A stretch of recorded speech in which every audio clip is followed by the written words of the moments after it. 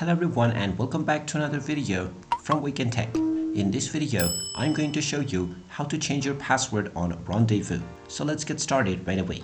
First of all, open up your web browser and then in the address bar type in rondevo.com and press enter. Now if you haven't logged into your account already, click on the login button at the top right corner and use your credentials to log in. After logging into your account, you will be taken into your homepage from which you can scroll through various profiles.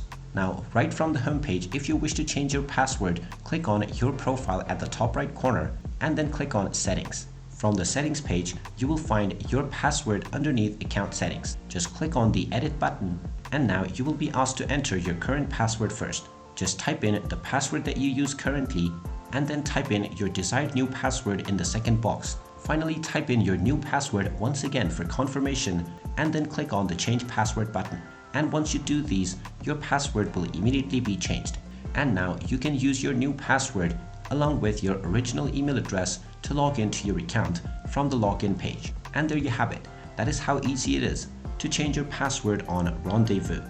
If you find this video helpful, make sure you hit that like button and subscribe to our channel if you haven't done so already.